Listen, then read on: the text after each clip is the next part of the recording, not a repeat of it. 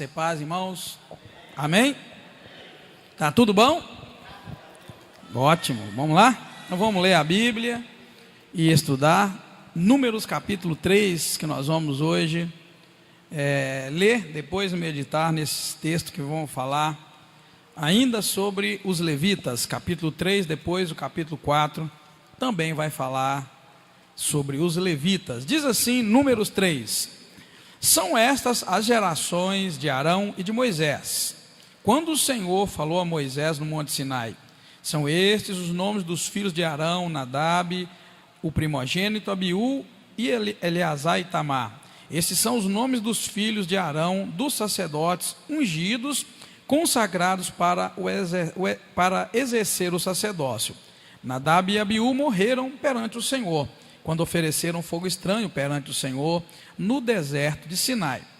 Não tiveram filhos, assim, somente Eleazar e Itamar exerceram o sacerdócio diante de seu pai Arão. Disse o Senhor a Moisés: Faze chegar a tribo de Levi e põe-na diante de Arão, o sacerdote, para que o sirvam. Cumpriram eles os seus deveres e os de todo o povo diante da tenda da congregação para ministrar no tabernáculo.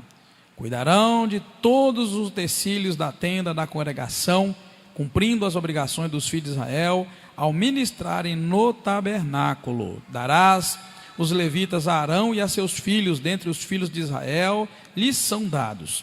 A Arão e a seus filhos, porém, ordenarás que guardem o seu sacerdócio, e o estranho que nele tomar parte será morto. Disse o Senhor a Moisés: Eu mesmo tomei os levitas do meio dos filhos de Israel, em lugar de todo o primogênito que abre a madre entre os filhos de Israel. Os levitas são meus, pois todo o primogênito é meu, desde o dia em que feri todo o primogênito na terra do Egito, consagrei para mim todo o primogênito em Israel, tanto de homens como de animais. Eles são meus, eu sou o Senhor. Disse o Senhor a Moisés no deserto de Sinai: Conta os filhos de Levi, segundo suas famílias e seus clãs. Conta todos os homens da idade de 1 mês para cima. Assim Moisés os contou de acordo com o mandado do Senhor, como lhe for ordenado. São estes os filhos de Levi pelos seus nomes: Gerson, Coate e Merari.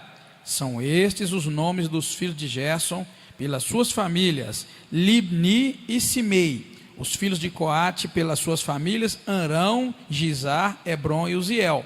Os filhos de Merari pelas suas famílias: Mali e Muzi. Estas são as famílias dos levitas segundo a casa de seus pais. De Gerson descendem os libnitas e os simeitas. Estas são as famílias dos gersonitas. O número de todos os homens da idade de 1 mês para cima que foram contados foi de 7.500. As famílias dos gersonitas se acamparão atrás do tabernáculo ao ocidente. O líder da casa paterna dos gersonitas será Eliasaf, filho de Lael. Os filhos de Gerson serão responsáveis na tenda da congregação pela guarda do tabernáculo, da tenda, da sua coberta, do véu, da porta da tenda da congregação, das cortinas externas do pátio, da cortina da porta do pátio que rodeia o tabernáculo e o altar, e as suas cordas, todo o serviço a eles devido. De Coate originaram-se a família dos Amramitas, dos Gizaritas, dos Hebronitas e dos Uzielitas. Essas são as famílias dos Coatitas. Todos os homens contados da idade de 1 mês para cima foram 8.600.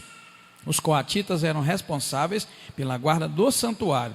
As famílias dos filhos do Coate se acamparão ao lado do tabernáculo ao sul.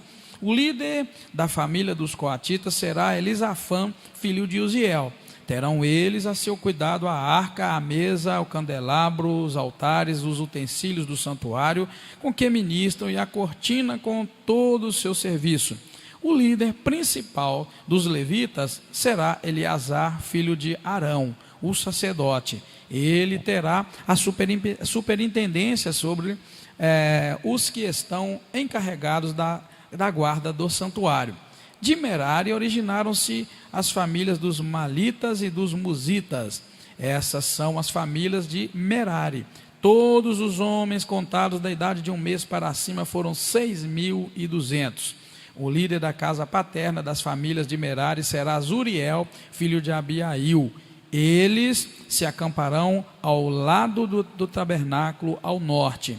Terão eles a seu cuidado as tábuas do tabernáculo, os seus travessões, as suas colunas, as suas bases, todos os seus utensílios com todo o seu serviço, bem como as colunas ao redor do pátio, as suas bases, as suas estacas e as suas cordas. Moisés e Arão com seus filhos se acamparão diante do tabernáculo ao oriente, em frente da tenda da congregação, para o nascente. Serão responsáveis pela guarda do santuário em nome dos filhos de Israel. O estranho que se aproximar do santuário será morto. Todos os levitas licenciados, contados por Moisés e Arão, por ordem do Senhor, segundo as suas famílias, todo homem da idade de 1 mês para cima, foram 22.000. Disse o Senhor a Moisés: conta todo o primogênito, homem dos filhos de Israel, da idade de 1 mês para cima, e faze uma lista dos seus nomes. Para mim tomarás os levitas em lugar de todo primogênito dos filhos de Israel, e os animais dos levitas em lugar de todo primogênito entre os animais dos filhos de Israel. Contou Moisés, como o Senhor lhe ordenara, todo primogênito entre os filhos de Israel. Todos os primogênitos, homens da idade de 1 mês para cima, relacionados por nome, foram 22.073. Deixa eu repetir, 22.273. Disse o Senhor a Moisés: toma os levitas em lugar de todo o primogênito entre os filhos de Israel, e os animais dos levitas em lugar dos animais deles. Os levitas serão meus, eu sou o Senhor, para resgatar os 273 primogênitos dos filhos de Israel que excederam o número dos levitas. Tomará por pessoa 5 ciclos, segundo o ciclo do santuário. Os tomarás a 20 geras o ciclo. Darás a Arão e a seus filhos o dinheiro para resgate dos que são excedentes. Então Moisés tomou o dinheiro do resgate dos excedentes, dos que excederam os resgatados pelos levitas. Dos primogênitos dos filhos de Israel, ele recebeu 1.265 ciclos, segundo o ciclo do santuário. Deu a Moisés o dinheiro desse resgate a Arão e a seus filhos, segundo o mandado do Senhor, como o Senhor lhe ordenara. Amém, queridos? Obrigado, Deus, bendito é o teu nome. Nós estamos muito felizes com esta oportunidade e pedimos que o teu Espírito Santo seja conosco. Abençoa a tua igreja, fala conosco, nos ensina, Pai, dentro desse texto que nós acabamos de estudar. Eu te agradeço e peço a tua ajuda em nome do Senhor Jesus Cristo. Amém. Pode sentar, queridos. Bem, não importa para nós entender que nós estamos continuando com o recenseamento que Deus já mandou fazer lá no capítulo 1. Só que no capítulo 1, Deus mandou contar todos os homens de Israel da idade de 20 anos para cima que podia sair para a guerra. Agora Deus manda fazer um outro recenseamento. Agora já não é mais dentro de todo Israel. Agora ele pede para contar os levitas. Um detalhe é que lá no capítulo 1 Deus falou: não conta os levitas, tá? Pediu para deixar os levitas de fora, tá? Então nós continuamos sobre o recenseamento e agora vamos ver e a organização dos exércitos de Israel. E neste capítulo nós veremos o número e as funções dos levitas, assunto que vai ocupar também o capítulo 4 do livro de Números, tá? Vai seguir no capítulo 4. Note que o capítulo começa mencionando Moisés e Arão, dando ênfase ao sacerdócio e ao culto a Deus, tá, irmãos? Para em seguida, então, Deus chamar a tribo de Levita para ele, de Levi. Veja bem que começa assim o capítulo 3. São estas as gerações de Arão e de Moisés, ok? Lembra para mim lá, alguém que quiser falar, alguém que é falador mesmo e gosta de falar aí. Lembra, quem foi Moisés e Arão? Para Deus chegar aqui e falar, essas são as famílias de Moisés e Arão, e depois chamar Levita. Lembra lá, quem foi Moisés e Arão?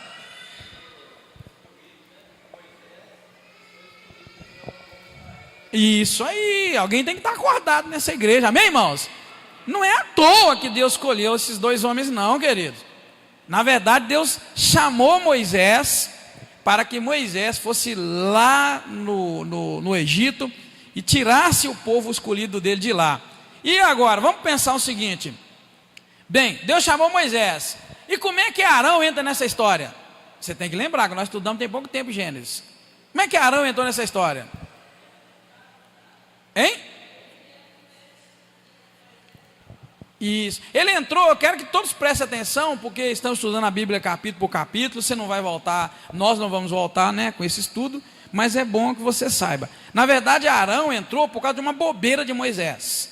Deus não chamou Arão, Deus chamou Moisés. Falou com Moisés na sarça ardente: vai, Moisés, está na hora de você ir lá e resgatar o meu povo. Aí Moisés fez uma coisa que, na verdade, os homens hoje precisam aprender por que Moisés fez aquilo. Vocês viram hoje como é que está na moda abrir igreja? Está na moda abrir igreja, está na moda dizer que é pastor, está na moda dizer que é pastora, está na moda dizer que é isso, que é aquilo, mas não, que o pau quebra, pula gente para tudo quanto é lado. Porque é diferente você ser chamado por Deus, ou então você se oferecer para trabalhar. Moisés foi chamado por Deus. Moisés, quando ele viu o peso do chamado, ele deu um jeito de pular fora. É por isso que eu quando eu olho essa farra de pastor por aí, me dá vergonha. Eu fico com vergonha. É uma farra de pastor. Ou se o camarada orou e Deus usou ele para orar, ou se o camarada, sei lá, teve uma oportunidade, já é pastor. Para vergonha do evangelho. Porque depois fica bengando aí, envergonhando a gente ainda, tá? Umas vergonhas que você não tem nem noção do tanto de vergonha que eu estou ouvindo aí de pastor. Eu não posso nem falar para vocês, eu prefiro nem falar. Deixa para tem para lá, mas está dando vergonha. Vocês nem imaginam que camarada com título de pastor anda fazendo por aí. É coisa vergonhosa. É coisa que, na verdade, se um membro dessa igreja fizer, nós vamos excluir. E os camaradas com o nome de pastor por aí. O que tem de lobo disfarçado de ovelha.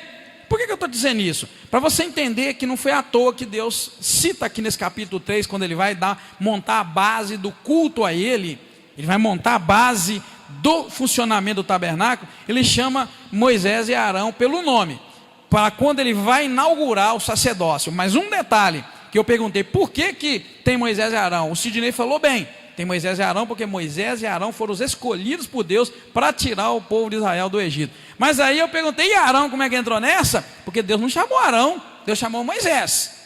Mas no momento de dúvida, no momento de, eu vou chamar aqui de covardia, mas não é bem covardia, porque eu estou dizendo para você, todo homem que é chamado por Deus, pesa no ombro dele o chamado.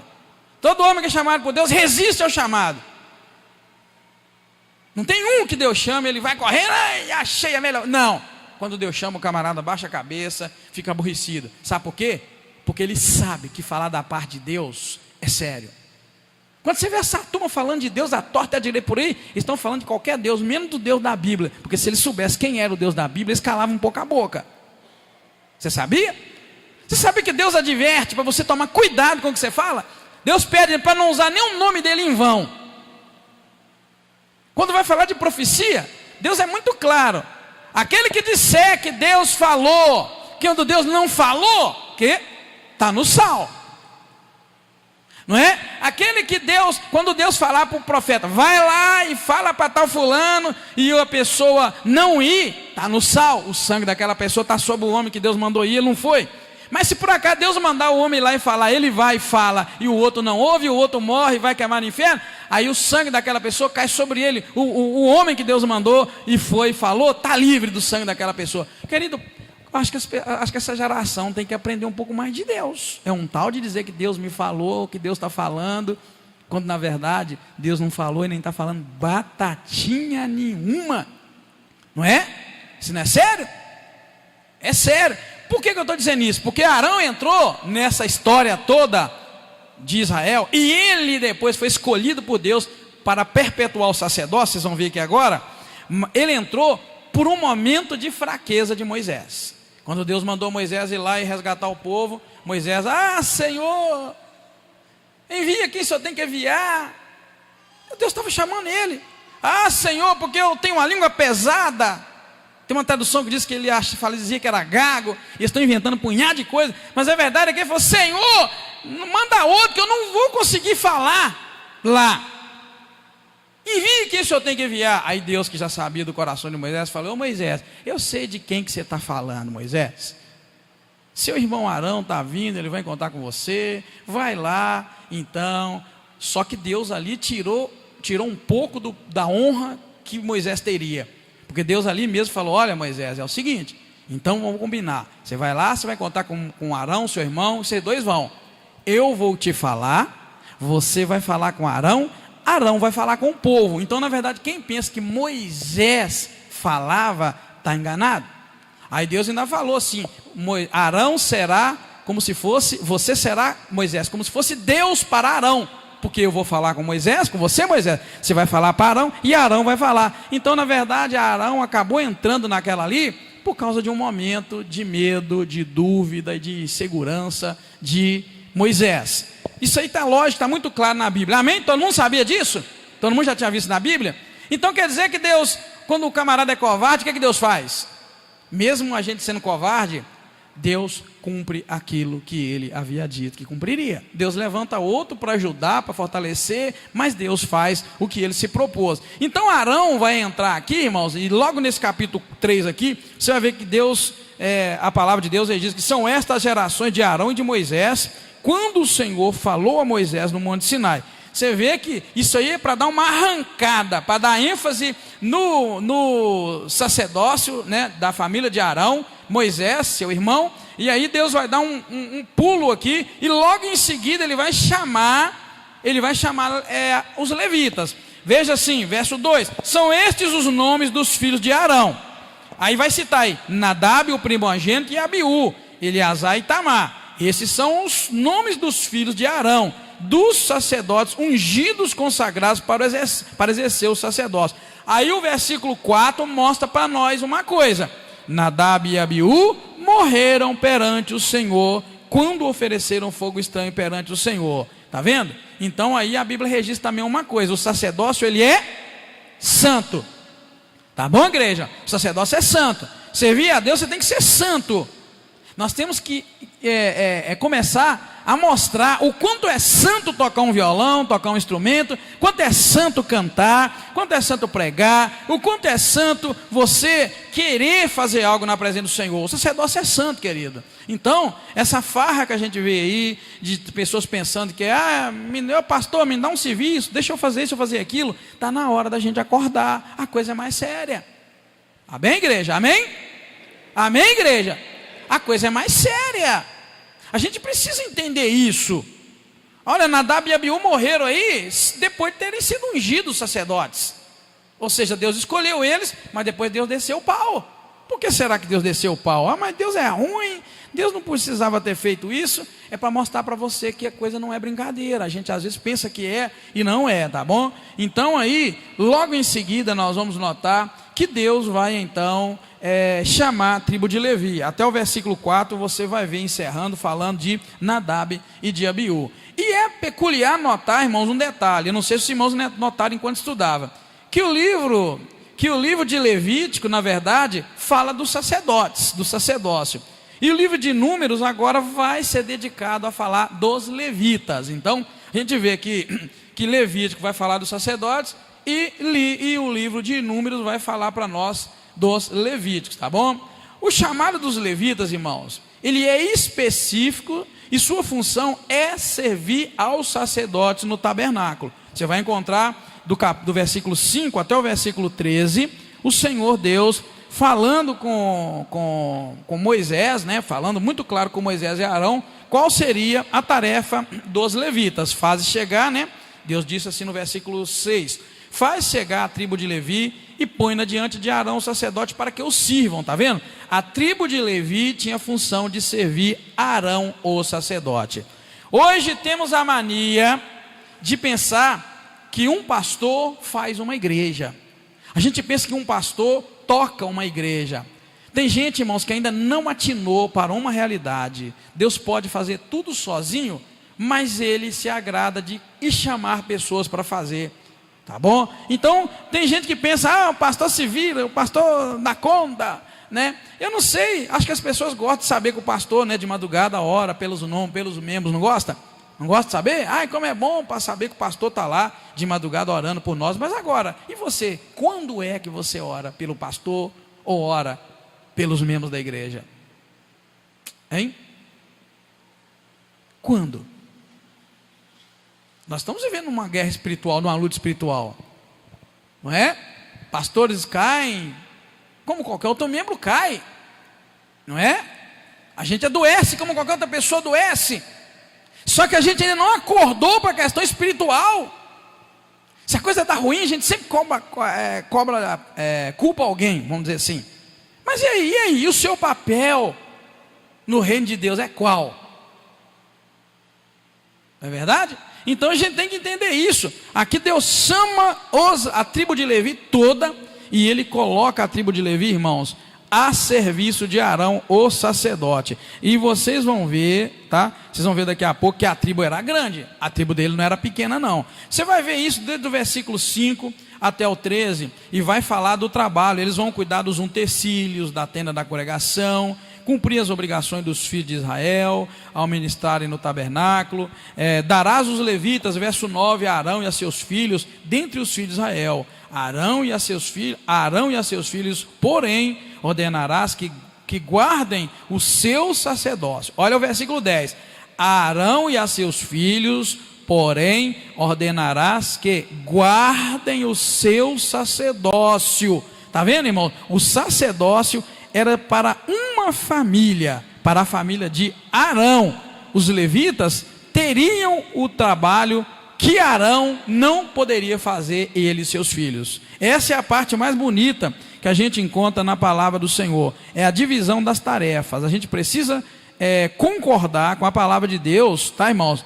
Concordar por quê? Porque está claro, concordar que na casa do Senhor tem muito trabalho, só que às vezes a gente espera que o outro faça. Estava conversando ali rapidamente com o Juninho, acho que foi domingo, né, ali fora, né Juninho, sobre o quanto eu quero que tenha gente dentro da igreja na hora do culto para servir aos que vêm no culto.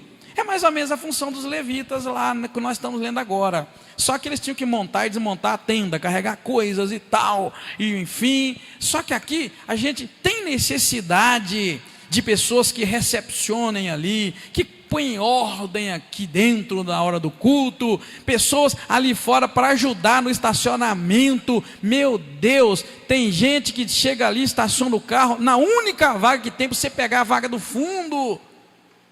Não precisava de fazer isso, era só olhar, né? Opa, tem que ter uma vaga, vai para lá. Aí o camarada vem, fecha ali, não tem mais lá. E eu vejo um tanto de levita na igreja, e os levitas tudo engordando, porque os levitas não querem nem trabalhar. Eu vou ver se o ano que vem eu consigo fazer uma escala de pelo menos 4 homens ali, um para cada final de semana, para chegar mais cedo e organizar os carros ali dentro. Tem dia que eu chego faltando 20 minutos mais ou menos para o culto, eu tenho que vir aqui e pedir: ô irmão, pega seu carro, irmão, cola mais para lá, porque entre o seu carro dá para caber quase um carro. Vê como é que falta essas pessoas para organizarem, fazer a coisa fluir, não é assim? Não é? Domingo passado eu perguntei assim: levanta a mão quem nos visita. Umas 10 pessoas ou mais levantaram as mãos. Me deu uma vontade de ter um filho de Deus, uma filha de Deus, para chegar lá. Olha que prazer você está aqui, me dá o seu contato para a gente manter contato. Mas eu fico pensando: meu Deus, que é Deus levita da casa de Deus. Já notaram isso? Não é? Hein ou não? Quem notou diz amém. Amém fraquinho. Quando a gente fala de serviço, né, todo mundo desanima, né?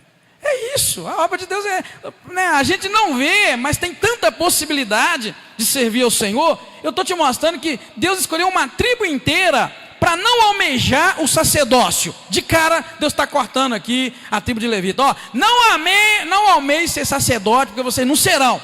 Na verdade, vocês vão trabalhar muito, mas em outra área. E hoje todo mundo quer ser sacerdote, sabia? Sabia que todo mundo quer ser sacerdote? Todo mundo quer ser pastor. Não é? Todo mundo quer estar na frente, sei lá, mas na hora que o pau quebra, não quer mais. É sério, querido, eu estou te dizendo isso porque você vai ver como Deus é tremendo na forma de distribuir o trabalho, né? Então Deus tomou para si, na verdade, quando ele feriu os primogênitos no Egito, foi uma substituição. Aqueles que morreram, aliás, aqueles morreram, os primogênitos do Egito morreram, mas os filhos de Israel viverão, só que não para si mesmo, mas para Deus. Pense então na morte de Cristo. Presta atenção. O que diz a palavra de Deus para nós? Disse o Senhor a Moisés, versículo 11. Acompanha na sua Bíblia, você vai ver. Eu mesmo tomei os levitas do meio dos filhos de Israel, olha bem, em lugar de todo primogênito que abre a madre entre os filhos de Israel. Ele diz, os levitas são meus. Agora veja bem o 13. Pois todo primogênito é meu. Desde o dia em que feri todo primogênito na terra do Egito, consagrei para mim todo primogênito de Israel. Olha, desde o dia que eu feri todo primogênito do Egito, eu tomei para mim todo primogênito de Israel. Foi uma substituição. Tipo, lá no Egito, volta a tua cabeça lá para o Egito.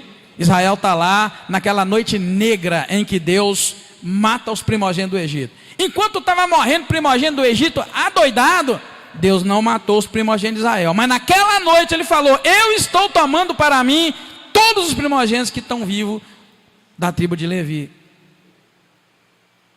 Está vendo? Deus fez uma substituição. Eles morrem e vocês vão viver. Só que vocês vão viver só para mim. Por quê? Porque a partir de agora a tribo de Levi não vai ter roça para plantar, não vai ter terra, não vai ter riqueza. A partir de hoje a tribo de Levi só vai trabalhar na minha igreja, só vai trabalhar no tabernáculo. Levita não vai poder querer viver para mais nada, a não ser viver para Deus. Deu para você entender? Diz amém quem entendeu.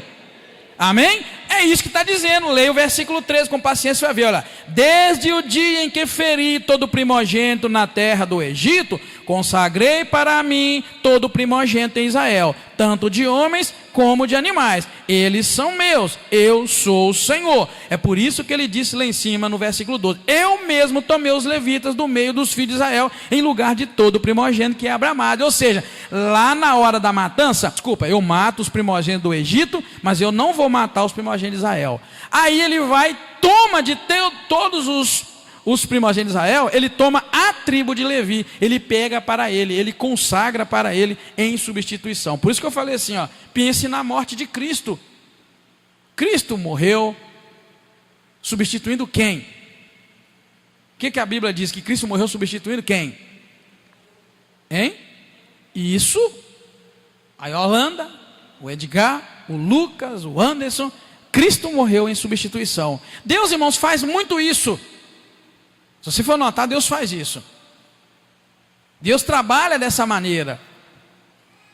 Ele tem prazer em te dar vida, e para te dar vida, ele tem que matar alguém, porque na lei diz que o salário do pecado é a morte, na lei diz, né, que sem derramamento de sangue não há remissão de pecados. Então alguém teria que morrer, ele vai tirar a vida do próprio filho, substituindo a mim e substituindo a você, nos substituindo. E aqui o que a gente encontra é uma substituição. Deus tomando então esses meninos para substituir, né? Depois nós vamos ver o seguinte, que Deus havia ordenado o primeiro recenseamento, lá no capítulo 1, versículo 1 nós encontramos.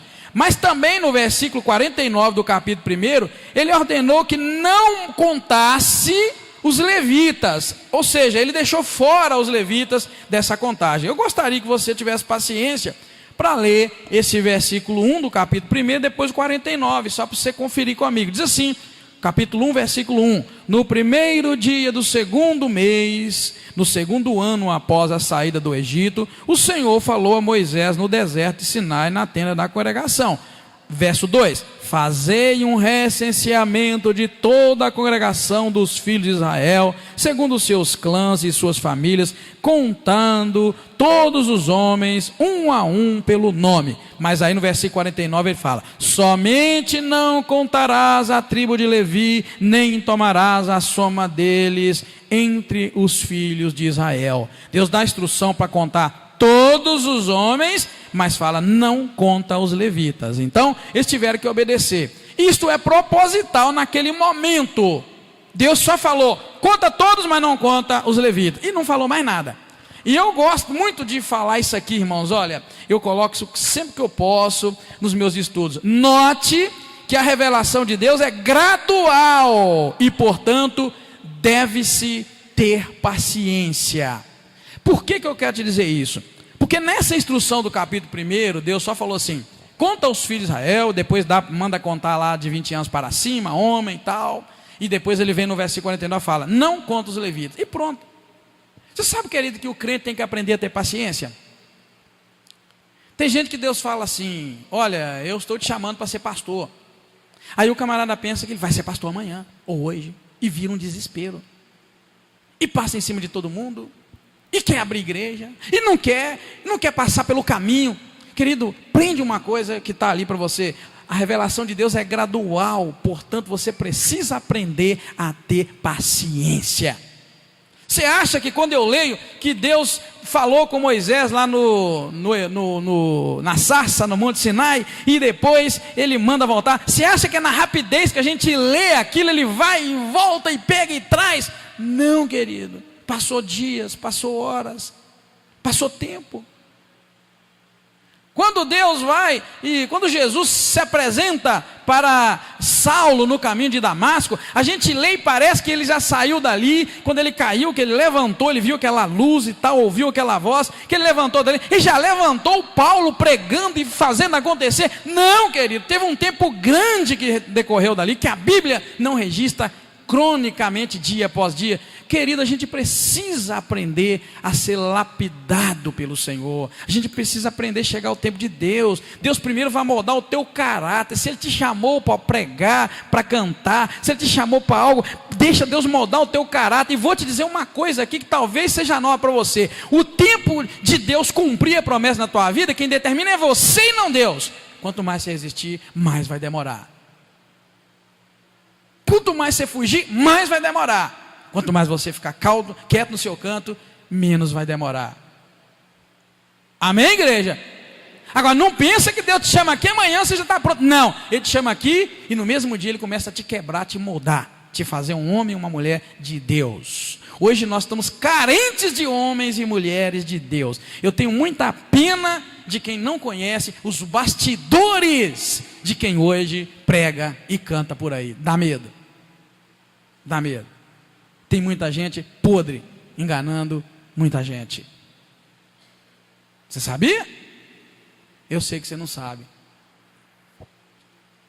Então a gente precisa atinar para isso, tá? Prestar muita atenção. A revelação é gradual. Deus fala aqui, verso 1 e 2. Conta todos os homens de 20 anos para cima. E vai no versículo 49. Não conta os levitas. E pronto, só isso. Agora me diga. Você acha que o povo, você acha que, sendo que nesse capítulo mesmo, a gente vai ter o resultado da contagem do povo de Israel, que foi, na verdade, 603.550 homens de 20 anos para cima que podiam sair na guerra. Você acha quanto tempo? Para mim, tenta responder, eu sei que é curioso e atrevido aí. Capítulo 1, Deus manda contar todos os homens, os machos de 20 anos para cima que podiam sair para a guerra.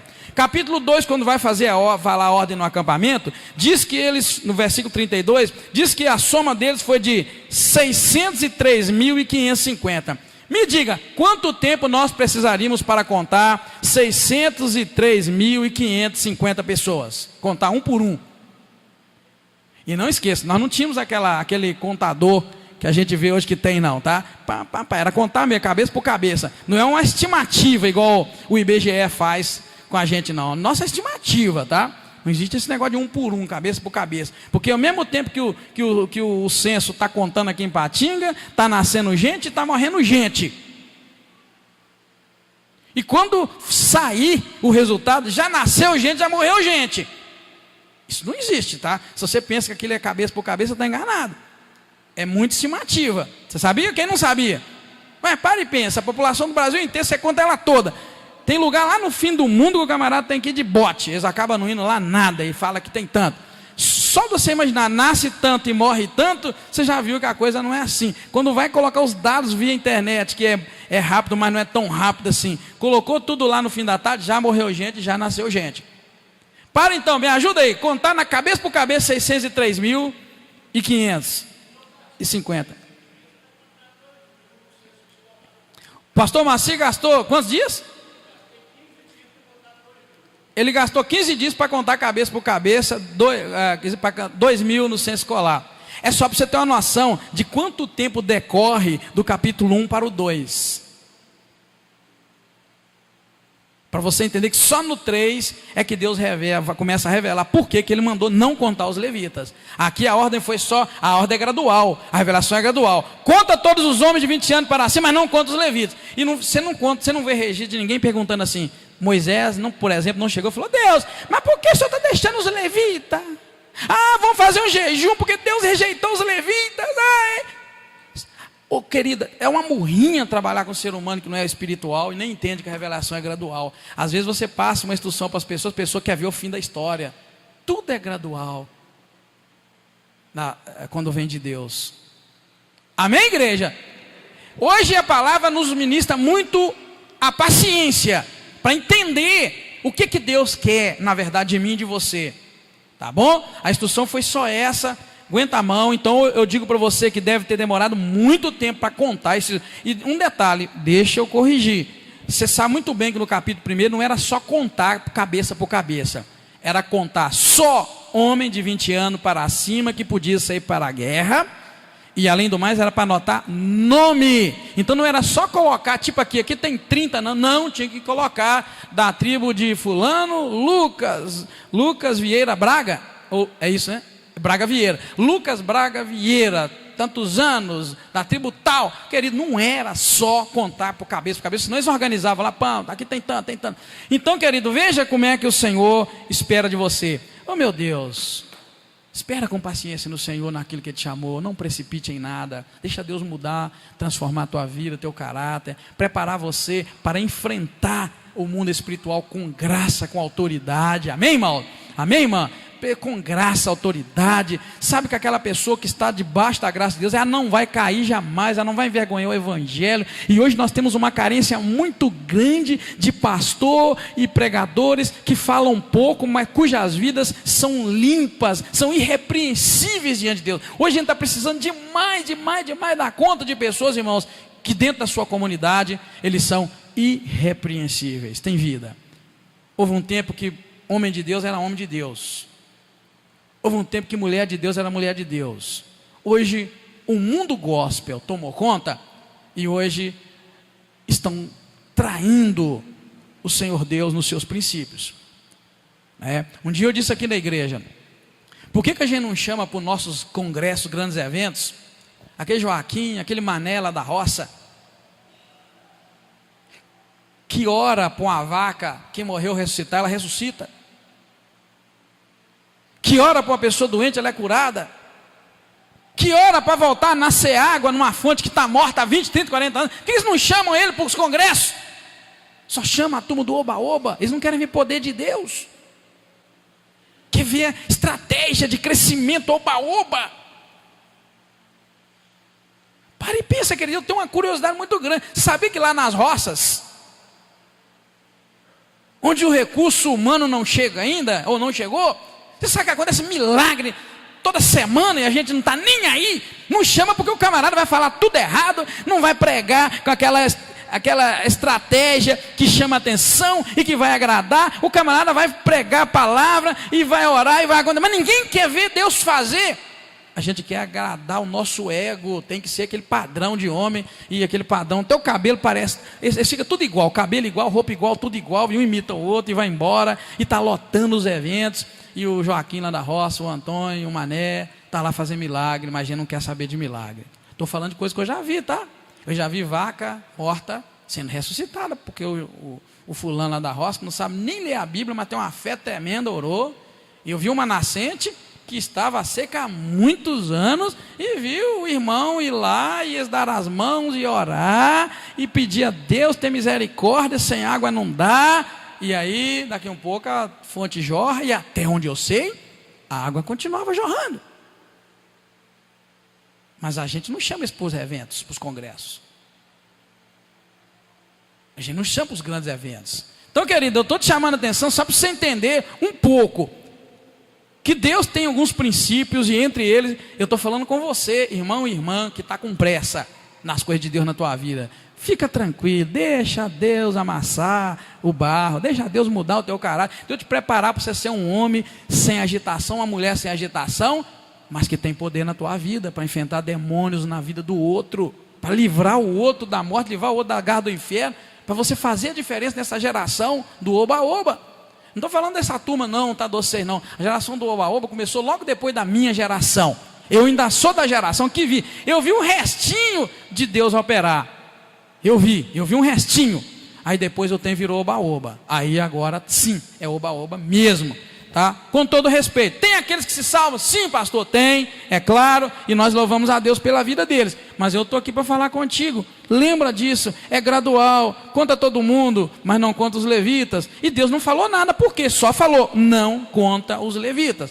Tá bom? Bem, agora, um detalhe que me chamou a atenção, e eu coloquei aqui, que diferente dos demais israelitas que foram contados, homens da idade de 20 anos para cima, né? Os levitas, irmãos, agora serão contados segundo suas famílias e seus clãs, também os machos. Porém Deus vai colocar uma idade muito pequena. Ele manda contar os levitas de 1 mês para cima.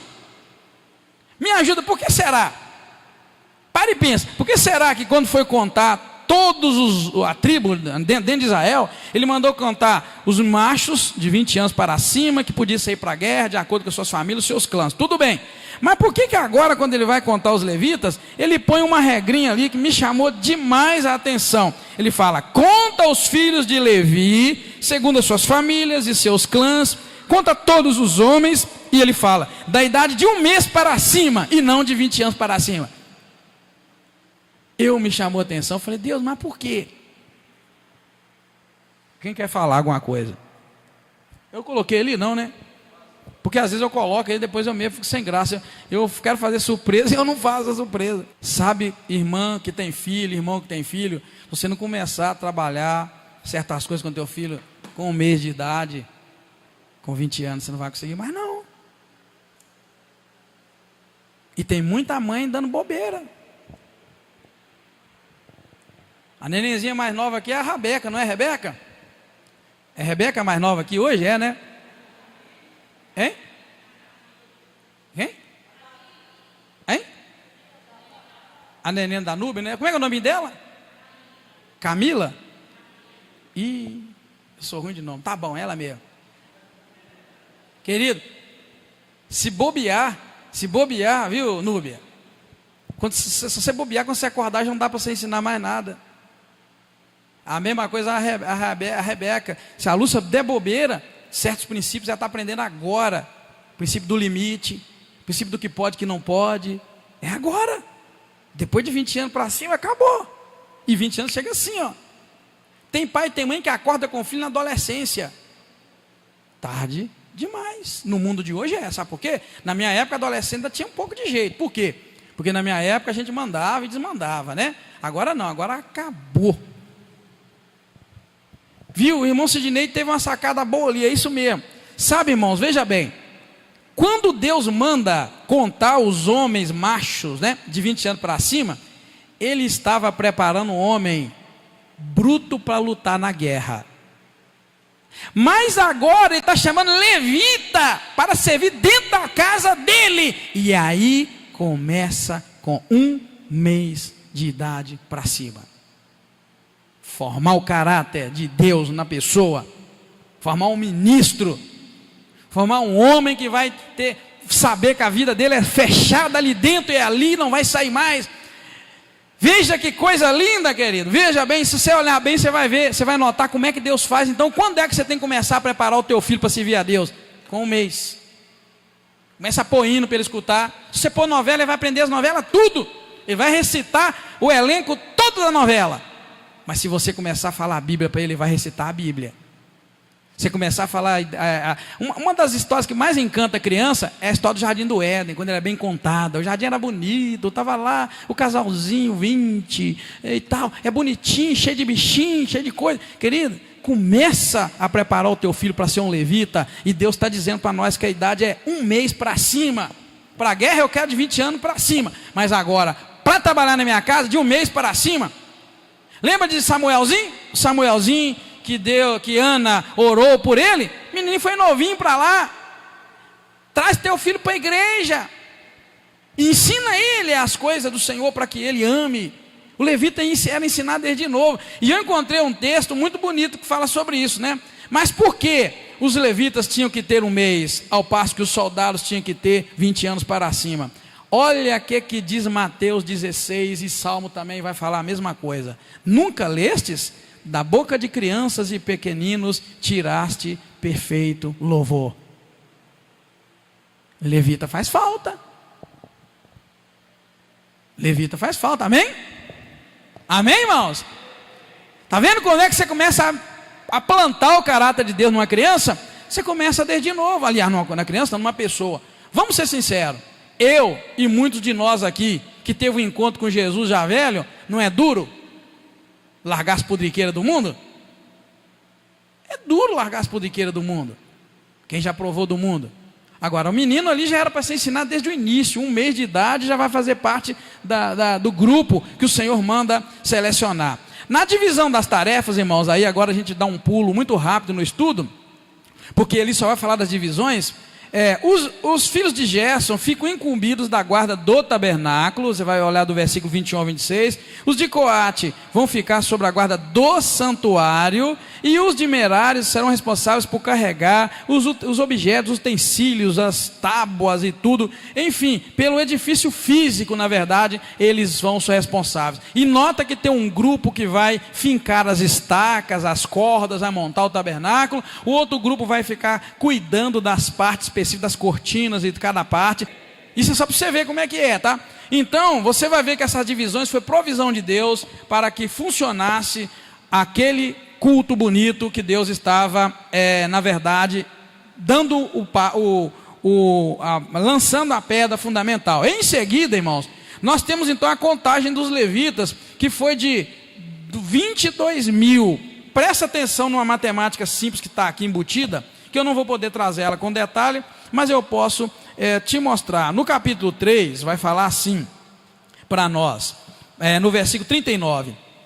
Todos os levitas essenciados, contados por Moisés e Arão, por ordem do Senhor, segundo as suas famílias, todo homem da idade de 1 mês para cima, foram de 22 mil, verso 39, fala que a contagem de todos eles foi de 22 mil. Só que quando vai falar dos primogênitos que Deus manda contar, você vai ver mais para frente, o número excede um pouquinho. O número vai passar, na verdade, vai passar em 273. Veja bem o verso 40.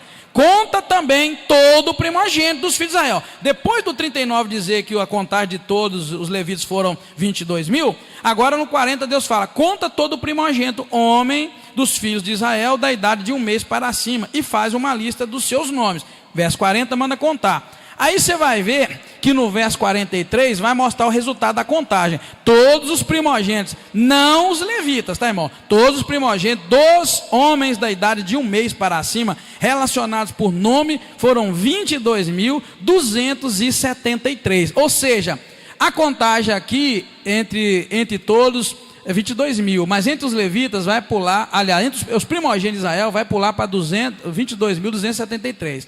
Aí, por causa do excesso de primogênitos, que foram 273, Deus então vai ordenar, irmãos, um resgate deles, que deveria ser de 5 ciclos por pessoa, e este valor deveria ser entregue a Arão, por ser ele já o representante do sacerdócio. Aí veja o que diz o 46: para resgatar os 273 primogênitos dos filhos de Israel, que excederam o número dos levitas. Está vendo? Os primogênitos foram mais do que os 22 mil que Deus havia mandado contar dos levitas. Então o Senhor manda fazer um resgate. O resgate era pagar um valor específico por cada um, de acordo com o número desses 273. É só você olhar o 39, 22 mil. E depois o 43, 22.273. E aí tem o 46 falando dessa diferença que deveria ser pago. E tem até o valor aqui embaixo de quanto foi. Quer ver? Olha, verso 50. Dos primogênitos dos filhos de Israel, ele recebeu 1.265 ciclos, segundo o ciclo do santuário. Foi dinheiro, foi valor que foi entregue para que Arão pudesse trabalhar com esses valores dentro do tabernáculo, tá bom? E aí a gente conclui essa parte de Números, capítulo 3. Então assim, irmãos, o povo de Israel estava caminhando no deserto, indo em direção à terra prometida. Deus então lança os fundamentos do que seria o verdadeiro culto a Ele. Agora o povo de Israel teria um lugar para cultuar, um lugar para buscar a Deus, um lugar para oferecer os seus sacrifícios. E este é um momento histórico para o povo de Deus, que verá a glória do Senhor no meio do arraial, no deserto, durante toda a jornada deles até chegar na terra prometida. Ou seja, Deus estava estabelecendo formas de culto no meio do deserto, e eu não sei se os irmãos notaram, mas nós vimos isso no capítulo 2. O tabernáculo ia ficar no centro, de tal maneira que qualquer tribo poderia acessar, ter acesso ao centro, ao tabernáculo, só de andar para lá assim, ó. Tinha no norte, no sul, no leste e no oeste, tinha tribo. Então era só você virar naquele sentido, centro, e você ia encontrar o tabernáculo, lugar da presença de Deus. Uma coisa muito bonita a gente lê ao longo da Bíblia, era que, na verdade, o povo de Israel foi um povo muito privilegiado, irmãos, tá? Eu não pus ali uma foto, mas você pode acessar depois na internet e encontrar desenhos que as pessoas fizeram desse tabernáculo no deserto. Você já imaginou você viver 10, 20, 30, 40 anos, viver muitos anos num lugar, numa jornada, sabendo que Deus te prometeu que ia te dar uma terra e tal, você fazendo esse caminho, e você vê a manifestação da presença de Deus no culto, em determinados momentos, Deus se fazendo presente, quando oferecia o sacrifício e Deus descia naquele fogo, e comia, lambia, e aquele povo, irmãos, eu estou sentindo, arrepiei que agora, que se eu estivesse lá seria assim. Eu acho que o povo deve assim, quando Moisés fosse ministrar, o sacerdote, a presença de Deus diferente do que a gente vê hoje, eu acho que o povo deve ficar assim, e na expectativa, será que Deus vai aceitar a oferta que o sacerdote oferecia uma vez ao ano? Será que ele vai? E quando vinha aquela presença gloriosa, certamente o arraial mudava, algo acontecia, e deve que era uma vibração, deve que era uma alegria. Aquele povo de Israel é muito de pular e de fazer assim. Eu acho que aquele povo fervia no forró, quando eles pensavam, aconteceu, Deus se fez presente no nosso meio. Querido, aquilo deve que era lindo demais. Que na experiência que eu peço a Deus, Deus me faz voltar lá um dia para eu ver em espírito, e Deus pode fazer, amém, irmãos? Querido, é para a gente notar o quanto Deus se importa com a sua vida e com a minha vida. A maioria de nós reclama da vida que está ruim com o pai, está ruim com a mãe, está ruim no casamento, está ruim com os filhos, está ruim com os vizinhos, está ruim na cidade, está ruim no emprego. A gente precisa aprender, querido, talvez não, estamos peregrinando num deserto para chegar à terra de Canaã, a terra prometida que está lá em cima. O que você espera? Está na hora de você montar o tabernáculo da presença de Deus no deserto onde você está, querido, e começar a vibrar com a presença do Senhor. Amém, igreja? Amém? Está entendendo? Monta o tabernáculo e diz, aqui é o lugar da presença de Deus, e eu vou ficar na expectativa, Deus vai aparecer, Ele vai vir, e depois que Ele vier, querido, e aparecer, eu tenho certeza que você vai sair vibrando, você vai esquecer que está no deserto, amém, irmão? Você vai esquecer que está caminhando para Canaã, você não vai nem se preocupar em chegar em Canaã, você vai se preocupar, eu quero a presença de Deus agora, hoje, agora, nesse instante, eu preciso dela. O povo já era só olhar para o centro que estava lá no tabernáculo, querido. Para onde você olha para ver a presença de Deus, hein? Lembra lá? Eleva os meus olhos para o monte, de onde me virá o socorro? O meu socorro vem do Senhor, Criador do céu e da terra. Querido, hoje nós estamos precisando aprender, onde está a presença de Deus na tua vida? Onde? Ali é simbólico. O que eu estou dizendo sobre o tabernáculo no centro, não é para você começar a ir lá na loja lá, na livraria no centro, comprar um tabernáculozinho, coloca lá e começar a adorar aquilo e orar. Não, querido, você está entendendo o que eu estou dizendo? Você precisa criar condições para que a presença de Deus seja viva nesse dia afadigado seu, nessa vida afadigada sua. Essa geração está andando longe de Deus, porque desconhece esse Deus da Bíblia, esse Deus presente, Emanuel, Deus conosco. Essa geração precisa conhecer o Deus da Bíblia e entender que não é que Deus vai se apresentar diante de nós, eu é que tenho que ir até onde está a presença de Deus, eu que tenho que buscar. A palavra não manda fazer assim, né? Buscar é o Senhor, enquanto se pode achar. Achegai-vos, pois, a Deus, e Ele se chegará a vós. O caminho é esse, querido. Eu vou e Deus vem. Então a gente precisa estabelecer essa presença de Deus na nossa vida, espiritualmente falando. Você precisa ter essa comunhão com Deus. A gente, irmãos, tem comunhão com o problema. A maioria de nós, irmãos, adora muito bem o problema. A maioria de nós adora muito bem a derrota. A maioria de nós adora muito bem esse mundo. A maioria de nós está em contato contínuo com as coisas deste mundo, as coisas materiais. Mas a minoria de nós consegue ter contato com Deus, que é Espírito, diz João capítulo 4. Importa que aqueles que o adorem em Espírito e em verdade, porque Deus é Espírito. Amém, igreja? Amém? O que você está esperando? Vamos lá adorar a Deus. Vamos adorar o Deus vivo, o Deus poderoso, ter comunhão com Ele, buscar essa presença linda e maravilhosa. Este é o diferencial de um povo que tem o Senhor Deus como seu único Senhor e Salvador. Deus estava então ali, querido, eu coloquei ali, Deus estava lançando os fundamentos do que seria o verdadeiro culto. A partir daquele momento, Israel não precisava andar por aí vagando e nem buscando Deus. O lugar da presença do Senhor estava estabelecida ali no meio deles. Todas as tribos iam convergir para o lugar da presença de Deus. Estava no meio, ao norte, ao sul, ao leste e ao oeste, tinha uma tribo. E cada uma delas, você sabe, um agrupamento. Cada um deles tinha 3 exércitos, na verdade, 3 filhos de Israel. Cada um deles formando 12. E o centro estava Deus. No centro da tua vida tem que estar Deus. No centro da nossa vida tem que ter Deus e não tem mais nada além de Deus. Vivemos um momento, querido, muito pobre de milagres na nossa vida. Por quê? Porque a gente está desfocado. Eu não tenho que ir buscar Deus nem no monte e nem debaixo da coberta e nem aqui nem acolá. Eu tenho que buscar Deus, sabe onde? Em lugar nenhum. Eu tenho que buscar Deus aqui, agora. É incrível como a gente negligencia a palavra de Deus. Jesus, quando foi ensinar a orar, ele não mandou subir no monte, não. Jesus, quando foi mandar orar, não mandou subir no púlpito e pegar microfone. Ele ensinou para a gente exatamente onde e como encontrar Deus. Mas você, quando orar, entra para o teu aposento ou para o teu quarto, feche a porta depois que você entrar e ora ao Pai em segredo. Porque o Pai que ouve em segredo te recompensará. Está aí. Amém?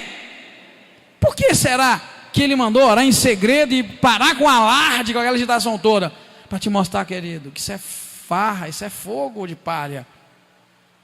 Deus precisa ser estabelecido na sua vida num lugar central, num lugar onde você vai virar, pá, aqui está o Senhor. Amém, querido? Amém? Deus te abençoe, te guarda, te fortalece, tá? Eu quero que você pegue algumas coisas que nós trouxemos hoje. Quanto a você entender que a revelação de Deus é gradual. Aquilo que Deus te falou que vai fazer, fica no teu canto, deixa Deus moldar o teu caráter, que Ele vai cumprir no tempo de Deus. Não se apresse, não corra, porque se você correr, você vai dar com um burro na água, né? Vai com calma. Deus te chamou, deixa Ele te preparar. Né? Um dia eu perguntei aqui, quando o pastor Delfino foi consagrado aqui, eu fiz uma pergunta, pena que a gente não filmava naquela época. Eu perguntei, com quantos anos a gente forma um pastor? Sabe por que eu fiz aquela pergunta? Porque desde que eu conheço o pastor Delfino, ele já era pastor. Mas só que ele recebeu o título de pastor aquele dia aqui na igreja. Eu fiz assim, vem cá, o camarada já era pastor porque ele já pastoreava, mas agora é que ele estava sendo reconhecido como pastor, porque Deus havia me dito que não se forma pastor da noite para o dia. O camarada tem que ralar. E eu nem sei quantos anos ele ralou não, mas ele ralou demais.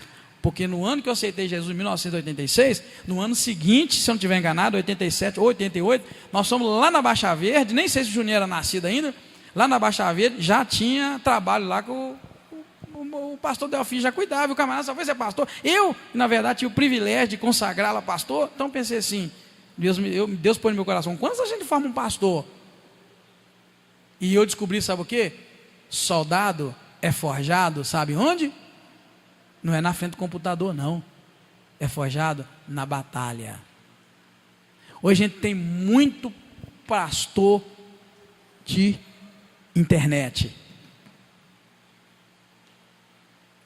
Não se forma um levita, um homem de Deus, uma mulher de Deus, querida. Na teoria, é ralando. Amém? É ralando, amém, irmãos? Amém? Quem tem chamado aí diz amém. Deus está te mandando para ficar esperto, esperar no tempo de Deus, e deixa Deus te ralar, tá? E Ele vai ralar você sem dó. E eu vou rir quando Ele estiver te ralando. Aleluia, glória a Deus. Está preparando um homem, uma mulher de Deus, amém?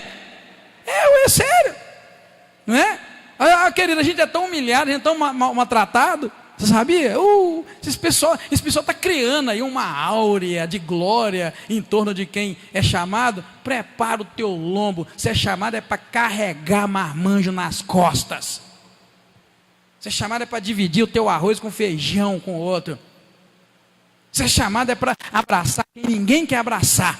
Isso é verdadeiro chamado. Por isso que Deus mandou chamar de um mês para cima. Deixa eu preparar o lombo dele. Então, quer dizer, essa áurea de glória e pastor só de carrão. Sabe esse negócio? Pastor de carrão.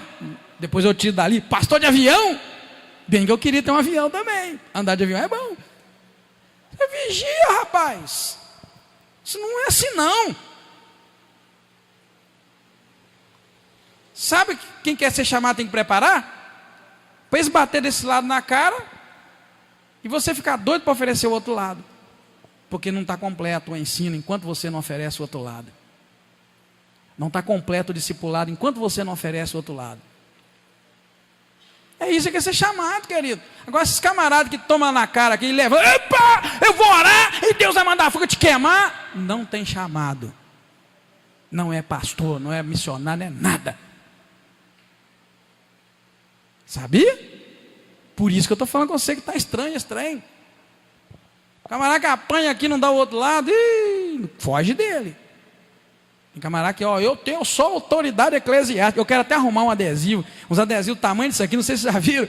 Autoridade eclesiástica. Eu vou pôr no meu carro. Eu sabia? Será que tem valor, Juninho? Tem nada, né?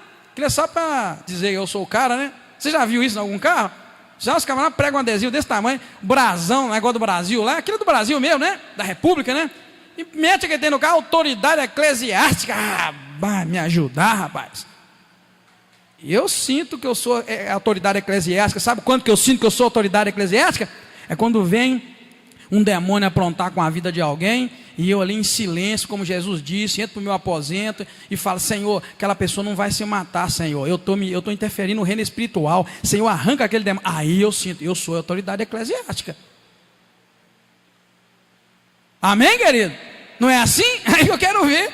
É isso que é autoridade eclesiástica. Eu tenho poder, eu tenho autoridade. Todo crente é uma autoridade eclesiástica quando ele entende. Então, querido, Deus está me moldando, te moldando, fazendo um homem melhor, uma mulher melhor, preparando-nos para ser levitas, para servir. Só que a gente precisa entender que servir é exatamente isso, servir e não ser servido. Amém? Quando eu disse das coisas que eu quero que funcionem aqui, eu estou dizendo que isso é trabalho para nós levitas, queremos servir e não ser servidos. Amém, queridos?